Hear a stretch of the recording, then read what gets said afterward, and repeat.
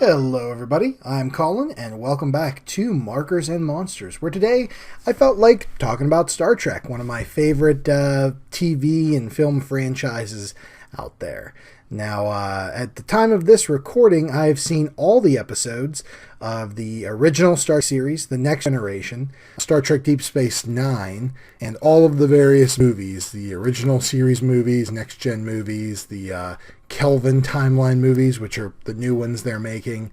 I have not yet seen all of Voyager. I'm about 2/3 of the way through it, and I have not seen all of Enterprise either. But that being said, I can definitely say of all the series, Deep Space Nine is clearly my favorite. And today I felt like drawing my favorite character from my favorite Star Trek show, and that is Elam Garak, a simple tailor of Cardassian descent. He is living on the station of Deep Space Nine. And we'll get into a little bit about why I like him so much later. But if you've not seen Deep Space Nine, or really any of the Star Trek Next Gen TV shows, the basic premise is that there is a space station, Deep Space Nine, that is in the middle of nowhere, really. And the Cardassians, of which I'm drawing one now, just ended a brutal occupation lasting more than 50 years of the planet Bajor, near where this space station is located. And after the occupation ended, the Federation sends out one of their commanders there to kind of oversee and help the Bajoran people get back on their feet, as it were. And immediately they find a stable wormhole that leads to a far distant point across the galaxy. So they find a quick route that would circumvent, like, I don't know, 90 years of travel or something like that. So this middle of nowhere planet, middle of nowhere space station becomes like the center of a whole bunch of goings on, because now it becomes one of the most important places in Federation space. And that leads to a whole bunch of different things occurring, including them finding on the other end of this wormhole an enemy that is so powerful that it begins a very prolonged war called the Dominion War with the Federation, and one which the Federation pretty much darn near loses. And it's a great series, and I'd highly recommend it if you're looking to get into a Star Trek series, but you're also a big, like, I don't know, say Game of Thrones fan or something like that. This is a series where, like, each episode, they follow in order. It tells, like, one ongoing story, and it's less episodic. And it's really cool because unlike some of the other series, where they go from, like, planet to planet each week, and, I don't know, Riker does something stupid, and now the aliens want to kill, the crew. They can't just, like, warp 9 the hell out of there. So in this series, like, there's consequences that always come back to you. And one of those interesting things is that there's tons of characters on this show as well, since it's a single location. And one of those characters is Elam Garak, a simple tailor by his own admission. He is a Cardassian, one of the people that occupy this planet, that works there trying to sell clothes and whatnot. And turns out that he is way more than just a simple tailor, even by his own admission. It's pretty much an open secret that he is a spy or something. You never really know. And one of the great things about this character is that even though you kind of know it's an open secret that everybody knows he's way more than what he lets on to be, you never know what exactly he is or what side he's on and who he's working for. Is he working for the Cardassians? Is he working for himself? Is he working for an organization called the Obsidian Order within the Cardassian government? You never know. And it seems like his alliances can change on a whim, but then they change back just as quickly or change to something else. And it's readily apparent that he's playing many different long games. And I think that just makes for a really compelling character and a really interesting set of stories. Now, Garak is played by Andrew Robinson. You might know him if you've ever seen the first Dirty Harry movie. He plays the bad guy.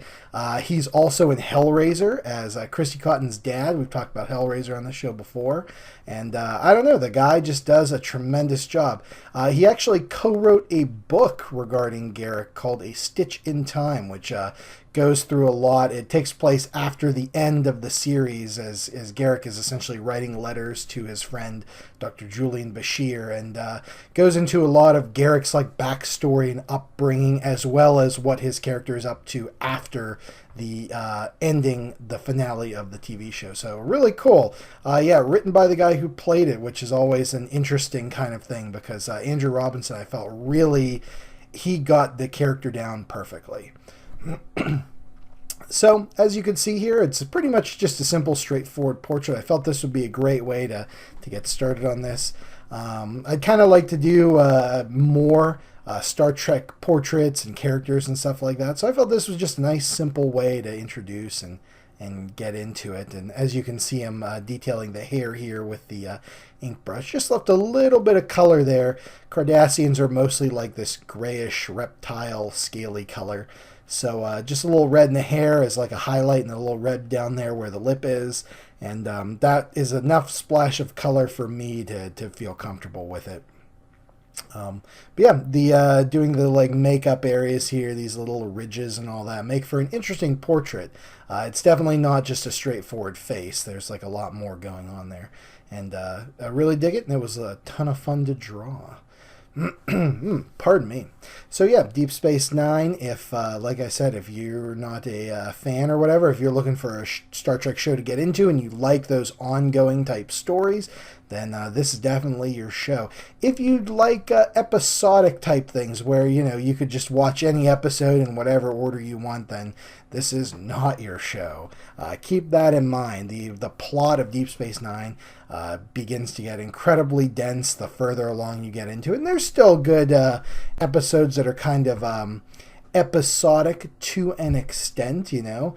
Like you can get quickly, oh yeah, Worf's getting married. You don't need to necessarily know like all of the details of that. You could just watch that episode and it'll be a lot of fun, and see Worf's bachelor party, and it's good stuff like that.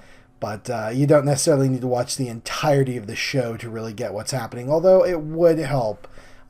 But yeah, so I like that about Deep Space Nine. I like that it's a very dense narrative and stuff like that. All right, let's just finish in here with some inking and using the ink for some shadows on the chin, stuff like that.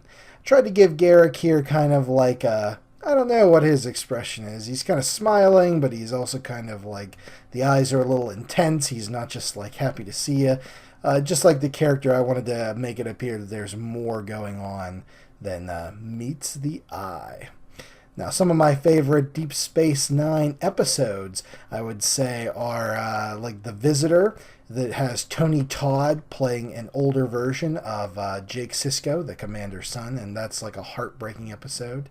In the Pale Moonlight is one of the best Garak and Benjamin Sisko episodes, and maybe one of the best Star Trek episodes of any series of any kind. It's very deep, and I don't know, it's just like a really dark storyline with it's really good. So definitely check that one out. And also the finale of Deep Space Nine. I can't point to a single episode because it's about 8 episodes in series long. But the ending of Deep Space Nine is really good. It's one of the shows that has, unlike some of the other Trek shows, it has a great finale where I don't know, it just winds everything down. It's a great story, and it's a really good ending, and every character changes throughout the series, and the ending showcases that really well. I think every character gains something, every character loses something, and everybody goes through changes. So, all right, let's pop in some stars, sign the old name here down at the bottom, and yeah, let's take a look at the scan here. And there you go, Elam Garak, a simple tailor, and one of my favorite Star Trek characters of all time. Hey, thanks guys for joining me and hanging out and chatting a little Star Trek. I know November has not seen as many episodes as I'd like to put up. It was a crazy and hectic month for me with lots going on. Early December as well, but hopefully now I'll be getting back into it, and we'll be getting more episodes up shortly. So thanks again, guys, and check out my other stuff online. Hey, we'll see you later. This was Colin, and I'll see you on the next episode of Markers